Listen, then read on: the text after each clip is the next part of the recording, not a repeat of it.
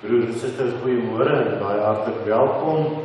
Vanoggend is dit ons eerste Sondag na Kersfees, waarin ons dan ook in besonder dink aan die wonder dat God met ons besig is en dat hy met ons op pad is, ook in hierdie tyd waarin ons bevind, dat ons ook vandag maar net kan weet dat die wonder van Kersfees is dat God na hierdie wêreld toe gekom het om by ons te wees, om in ons te wees en om hierdie pad saam met ons te loop. En daarom kan ons dit ook vir mekaar sê, soos die afgelope 4 weke, die Heiland is gebore, soos eeue reeds voorspel. Daar in die stad van Dawid word hy Immanuel. Met blye hemelkore wil ons juig en sing. Ons Heiland is gebore, dit is hy wat redding bring. Amen. Daarom kan ons mekaar dan ook groet in die naam van hierdie Here, en daarom geliefdes, genade en vrede vir julle, van God onze Vader, in en deur Christus Jesus sy Seun, deur die kragvolle werking van die Heilige Gees. Kom ons antwoord hierdie groet van die Here, dan sing ons lied 3:4:4. Lied 3:4:4, ons sing daar die eerste en die derde vers, vers 1 en vers 3, waarin ons dan ook juig en bly is oor hierdie goeie tyding, oor hierdie blye tyding, dat Jesus as die redder, as die verlosser na hierdie wêreld toe gekom het. Lied 3:4:4, ons sing die eerste en die derde vers.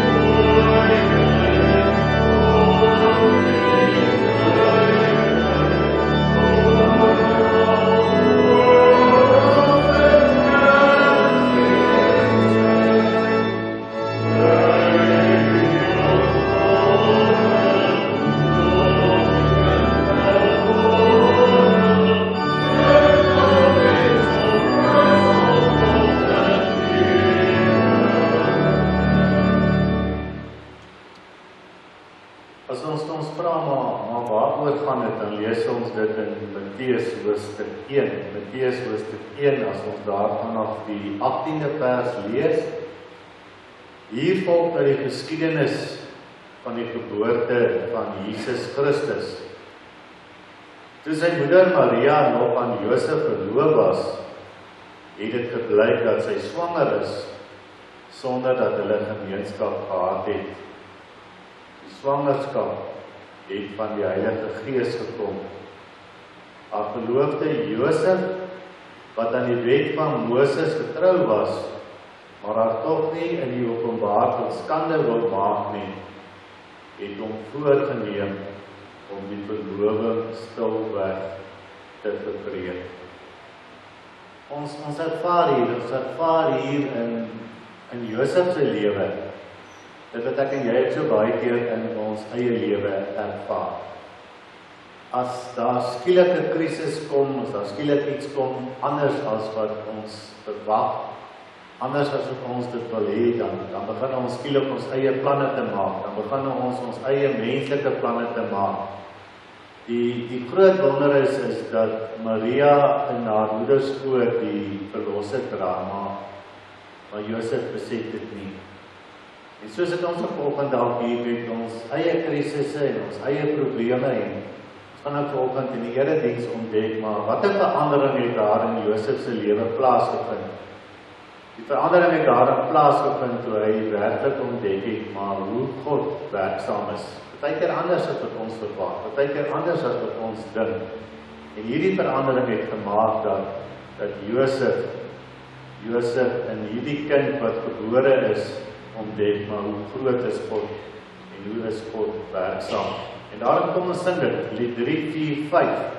Die 345, ons sing daar net die tweede vers van lied 345.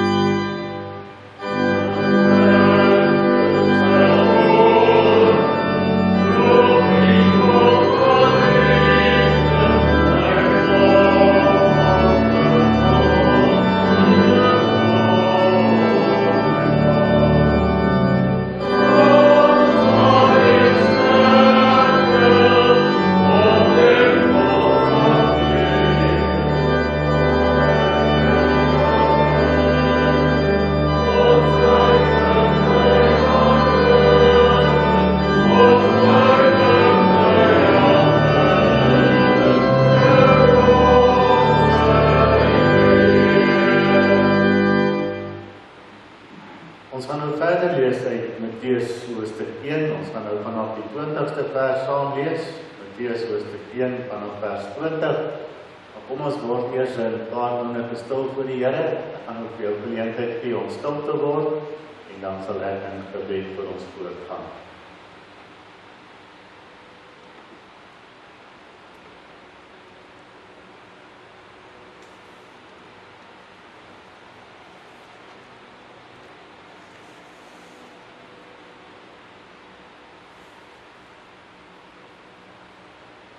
Vader Here, dankie dat ons ook vanoggend net kan stil word en kan weet dat die Verlosser, die Koning van die konings, dat hy gebore is. Here, dankie dat ons kan stil word en kan weet dat hierdie Verlosser na hierdie wêreld gekom het, omdat ons vir hom baie kosbaar en baie belangrik is. Dat U ons so lief het, Here, dat U niks terughou om daardie liefde aan ons te bewys nie. Dat U Seun Jesus Christus vir ons gegee het, dat hy vir ons aan die kruis van Golgotha gesterf het. Here, dat ons sondes vergewe is, maar dat U deur die Heilige Gees elke dag in ons lewens werksaam is, dat ons in U nuwe mense word, mense wat anders kyk na die wêreld, mense wat anders kyk na omstandighede, mense wat weet dat ten spyte van wat ook al, is daar vir ons hoop, is daar vir ons verlossing, is daar vir ons uitkoms. Here, ons bid dan ook in besonder in hierdie Kerstyd dat ons as Christene en ons as hierdie gemeente, dat ons as kerk, dan ook hierdie boodskap van hoop, Here, nie net met ons monde sal bely nie, maar dat ons dit werklik sal uitleef en sal uitdra. En daarom wil ek vanoggend vir elkeen wat hier is aan die opdrag. Here, U ken ons gedagtes, weet dat in ons lewe aangaan, weet dat ons beleef, en ons kom nederig en ons word klein en ons vra dat U vir ons raak sal sien, Here. Dat U ook alles wat ons dalk bekommerd maak sal raak sien nie. Dat as ons ook uit die woord gaan lees vanoggend, dat ons sal besef, ons sal weet, waarlik, U is by ons, en U loop voor ons uit, U vat ons by die hand, U sorg vir ons, U versorg vir ons. En nou word ons stil, Here, om te kom luister na dit wat U vir ons wil sê. Ons bid dit alles in die naam van Jesus, ons Verlosser. Amen. Josef is nou bekommerd. Hy weet nie wat om te maak nie, en dan lees ons daar in vers 20, terwyl hy dit in gedagte gehad het daar 'n engel van die Here in 'n droom aan hom verskyn en gesê: Josef, seun van Dawid, moenie bang wees om met Maria te trou nie, want wat in haar verwek is, kom van die Heilige Gees. Sy sal 'n seun in die wêreld bring, en jy moet hom Jesus noem, want dit is hy wat sy volk van hulle sonde sal verlos. Dit het alles gebeur sodat die woord van die Here deur sy profeet gesê vervul sou word. Die maagd sal swanger word en 'n seun in die wêreld bring, en hulle sal hom Immanuel noem. Die naam beteken God by ons. Toe Josef uit die slaap wakker word, het hy gemaak soos die engel van die Here hom beveel het, en met haar getrou. Hy het egter nie met haar omgang gehad, voordat sy haar seun in die wêreld gebring het nie. En Josef het hom Jesus genoem. Ons lees tot sover. Ons gaan volgende kyk na vers 18, Matteus 1 vers 18, toe sy moeder Maria aan Josef verloof was, nog voor hulle getroud was, het dit gebleik dat sy swanger is. En dan veral hierdie versie, die swangerskap het van die Heilige Gees gekom. Die swangerskap het van die Heilige Gees gekom. As ons kyk na die omstandighede waarin hierdie gedeelte afspeel, dan sien ons dat dit baie donker was. Dat dit baie donker was vir die Jode. Want ook in hierdie tyd is die tyd, en ons ken dit, wat Herodes die Jode opgeroep het vir 'n volkstelling. Hulle was so oorheers deur die Romeinse regering. Hulle kon as ware nie asemhaal nie. Alles om hulle was donker gewees. En elke dag het dit vir hulle gevoel asof alles maar net steeds donkerder en donkerder word. En nou is ons hier vanoggend, die eerste Sondag na Kersfees. En as ons aan Kersfees dink, dan dink ons aan lig en ons dink aan heerlikheid en ons dink aan lof. Nou skielik is Kersfees verby. Wat vorentoe? Hoe vorentoe? Hoe hanteer ons hierdie ding? En as ons na hierdie gedeelte kyk, dan weet ons dat dit wat nou gaan gebeur is Bethlehem. Dat hierdie kindjie wat Maria verwag, dat sy in Bethlehem gebore gaan word. En nou ontdek ons in hierdie teksvers dat dit wat hier besig is om te gebeur, dat dit deur die Heilige Gees beheer word. En ewe skielik ontdek ons dat in hierdie donker tyd en in hierdie donker omstandighede is God besig om te werk. Hou God nie op om te werk. As ons aan Bethlehem dink, dan dink ons aan 'n krippie, en ons dink aan kerskaartjies, en ons dink aan skaapwagters, en ons dink aan wyse manne, en ons dink aan daardie mooi prentjie wat ons sien. As ons werklik na die woord van God luister en ons kyk na wat die woord van die Here van ons van hierdie klein dorpie sê, dan kan 'n mens maar net sê, wow, is dit werklik waar? Kyk ons God in beheer. Bethlehem, 'n klein dorpie ongeveer 10 km van Jerusalem af. Maar hierdie streek was baie bekend gewees vir sy skape, vir sy skaapwagters. Hier het skaapwagters skape opgepas. En hierdie skape wat hier opgepas is, het dan ook gedien as vleis vir die groot Jerusalem.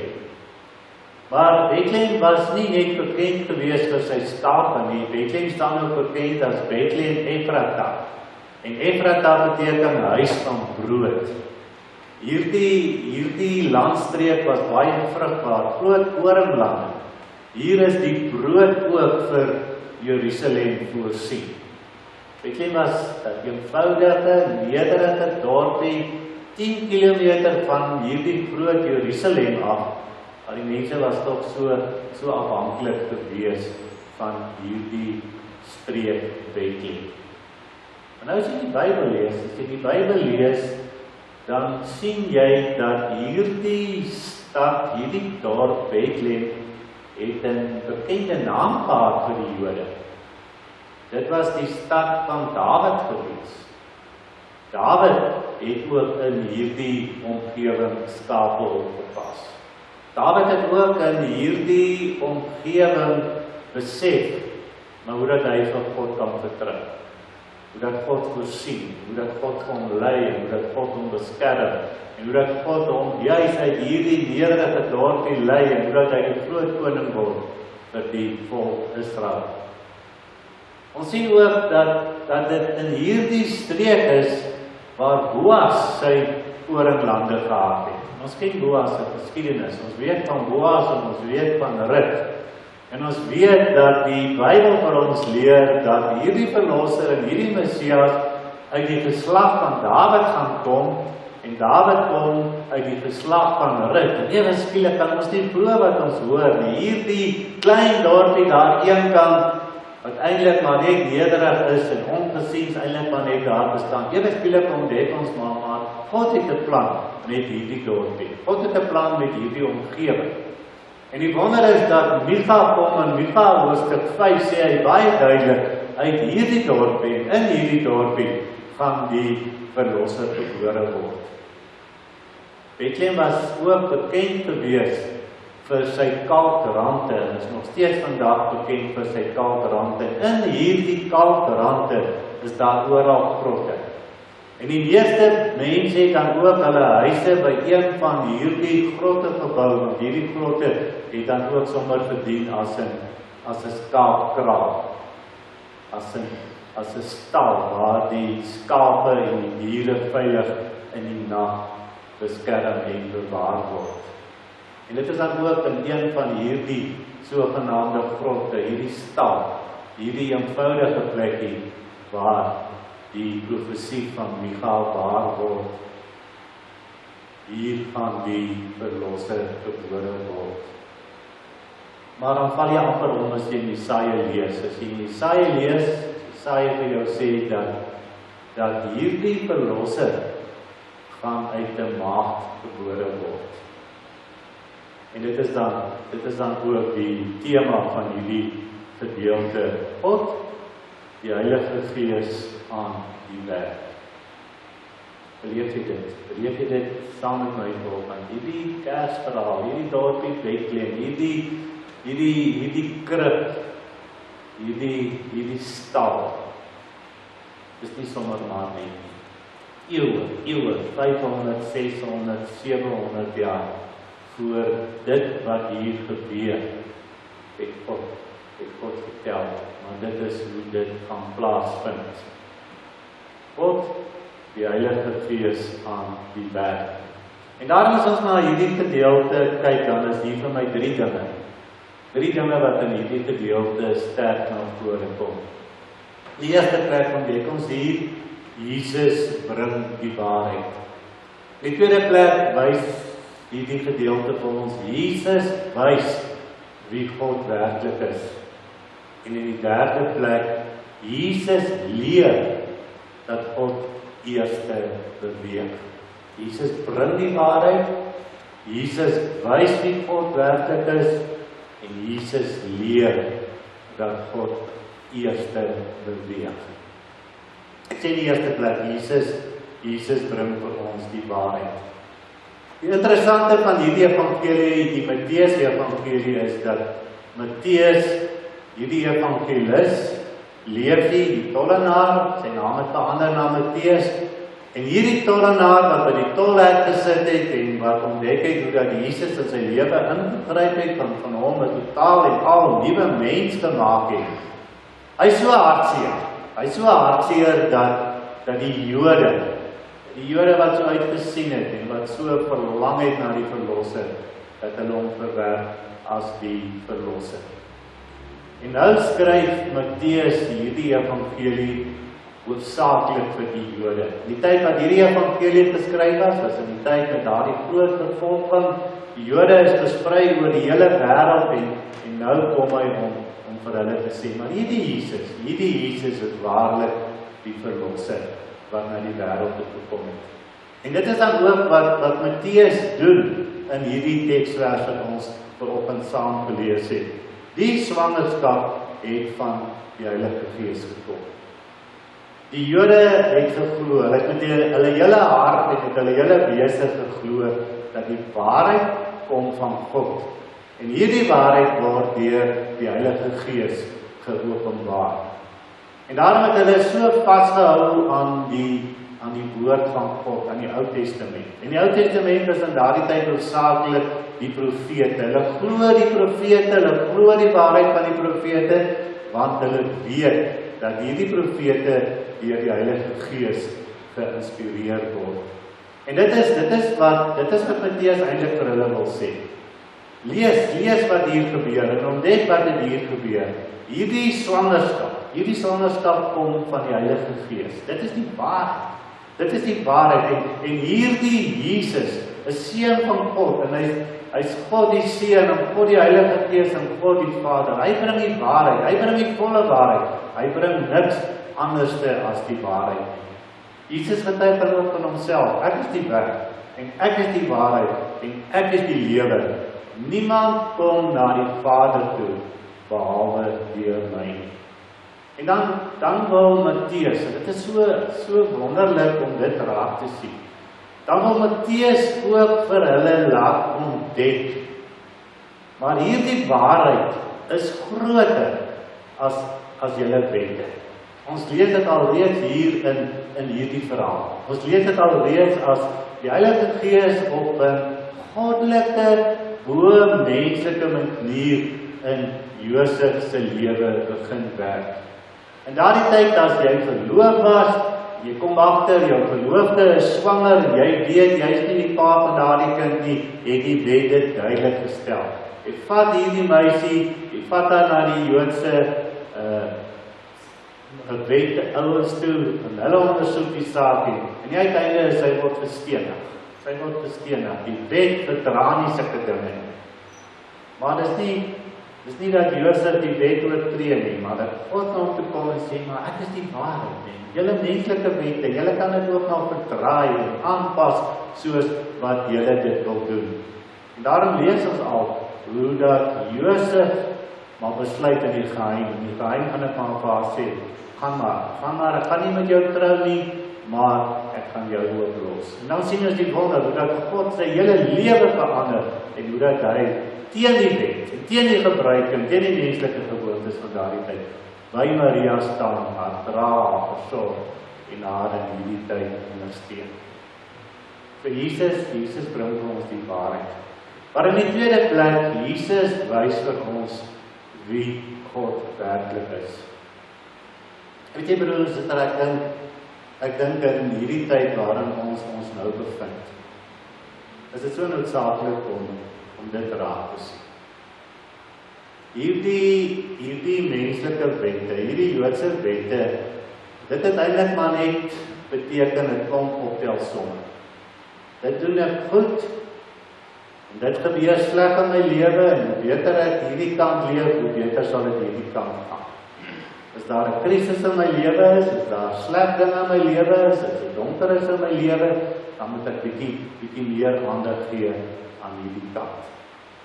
Maar nou kom Jesus, en Jesus kom wys vir ons wie God werklik is. Ek dink aan Johannes hoofstuk 14 is dit so baie duidelik as Filippus vir die Here Jesus vra, Here, wys tog net vir ons die Vader.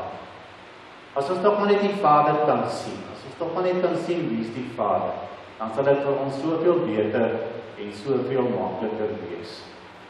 En dan sê Jesus vir Filippus, wie my sien die Vader. En wie my ken die Vader. En hoe lyk Jesus? Hoe kom wys Jesus vir ons, hoe lyk die Vader? En weet jy wat vir my so wonderlik is van dit, is dat Jesus het nie gekom met 'n klomp nuwe wette. Hy het gekom met 'n klomp redeneringe nie. Jesus het gekom om vir my en vir jou in sy lewe en deur sy lewe uit te leef wie hierdie Vader is. En dan ontdek ons in Jesus se lewe, dit wat hy vir ons wys wie hierdie God is. Hy sê vir ons van hoe lief is hy vir ons. Hy sê vir ons hoe gee hy vir ons op. Hy sê vir ons hoe dat hy ons werklik elkeen by die naam ken. Hoe dat hy vir ons ongeag van al hierdie wette, ongeag van al hierdie relasies, ongeag van wie ek is en wat ek doen, hoe dat hy genade en met liefde vir my en vir jou keer op keer op sy skoot tel. Jesus vertel ook vir ons die verhaal van die verlore seun. Openbaring 3:20 sê dit ons staan by die deur en dit klop. Hierdie Vader is 'n Vader wat vir ons lief is. Hy het 'n sagte oog, hy het 'n sagte hart. Hy's vol en barm en hy's vol liefde.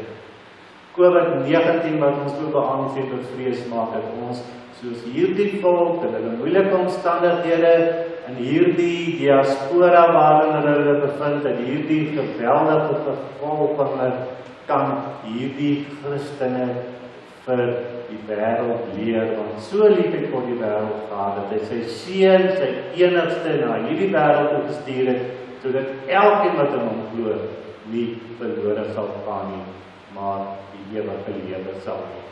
Hierdie Dawid, hierdie man van Bethlehem, dat hy daar in hierdie velde lê, as hy vir sy seun Absalom wegvlug, en hy roep uit in Psalm 22, my God, waarom het U my verlaat?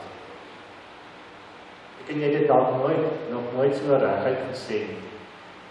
Ons het al dalk baie keer daarmee geworstel. En as hy in hierdie velde van Bethlehem lê, en hy ontdek weer maar hoe het hierdie God hom beskerm en bewaar. En die volgende oomblik skryf hy in Psalm 23, die Here is my hart. Ek kom niks voor. Hy bewaar my, hy beskerm my. Hy is die koning van my lewe. Hy is daar vir my. En dit bring ons aan by die derde gedagte. Die gedagte, Jesus leer, God beweeg eers. Weet jy broers en susters, ek dink in die tyd waarin ons vandag leef, is dit juis hierdie wonder en hierdie werklikheid van God se optrede wat ons as postmoderne mense so maklik miskyk. God beweeg eers. Weet jy, as ons die Bybel lees, dan sien ons maar net hoe is God in beheer. Hoe beweeg God vorentoe, hoe onderhou hy, en hoe lei hy, en hoe beskerm hy, en hoe bewaar hy, en hoe gee hy die toon aan. Dan lees op die eerste bladsye van die Bybel, dan lees in Genesis 3, as die duiwel deur die slang vir Adam en Eva verlei, dan sê God alreeds in Genesis 3, maar as sy kop gaan vermorsel word. Ten spyte van Adam en Eva se halsstarrigheid, hulle optrede, hulle eie behoeftes en belange en begeertes wat eers gestel word en God het hulle uit die paradys uit verdryf. Lyk skielik asof alles verby is. En dan lees ons alreeds in Genesis 14, Genesis 12, hoe dat God eers beweeg.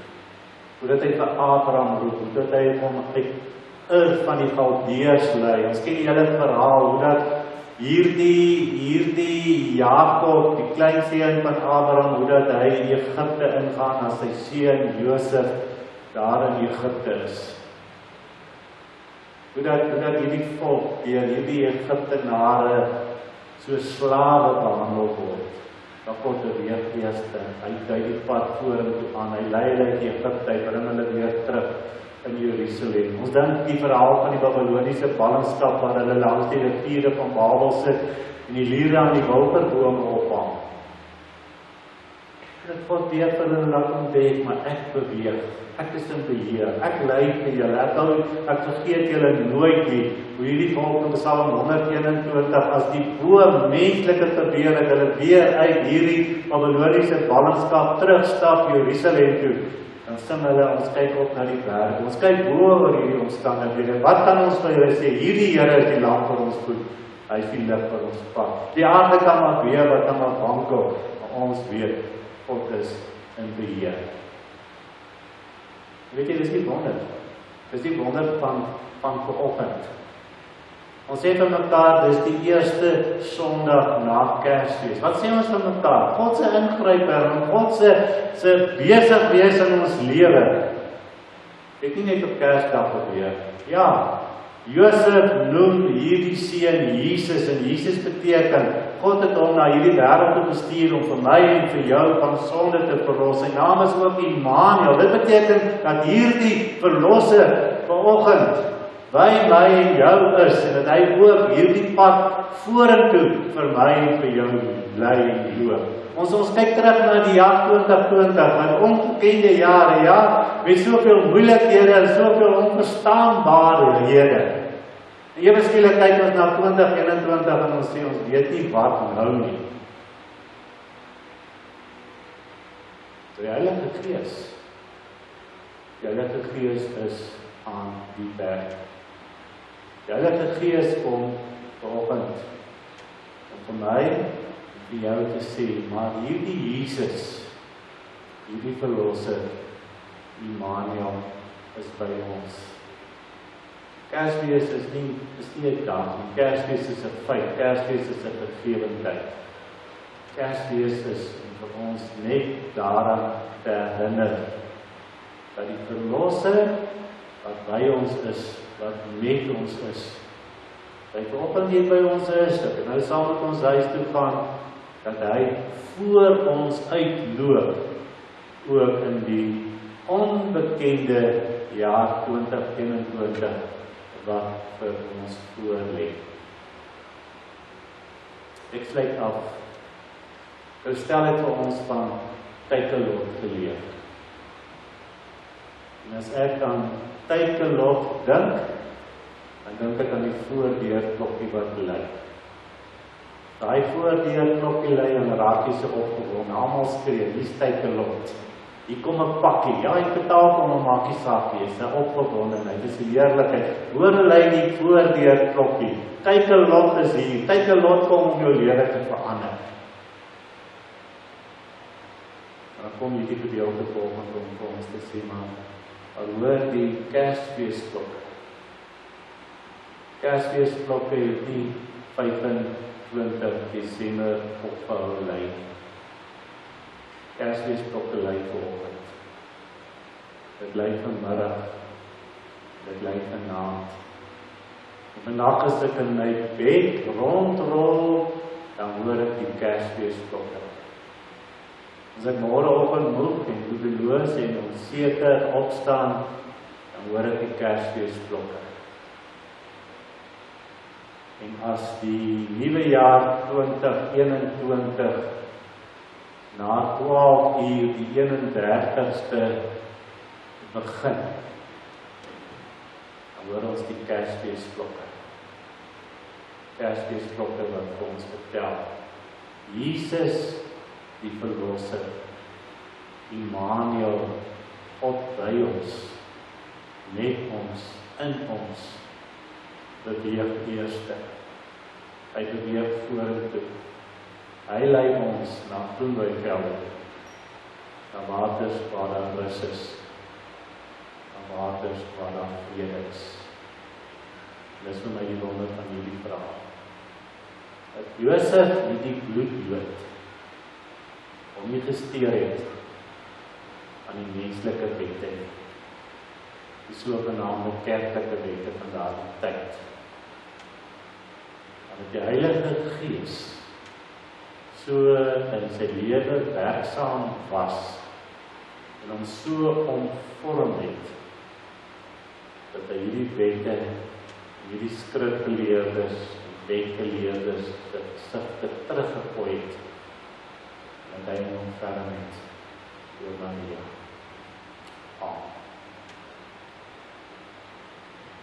Here, ons word ook in hierdie tyd wat donker is en wat baie keer vir ons voel, dit word nog donkerder. Word ons ook baie keer so onseker en so ontstel. Here, dan kom U na 'n eenvoudige timmerman. En U laat hom ontdek wat is besig om te gebeur.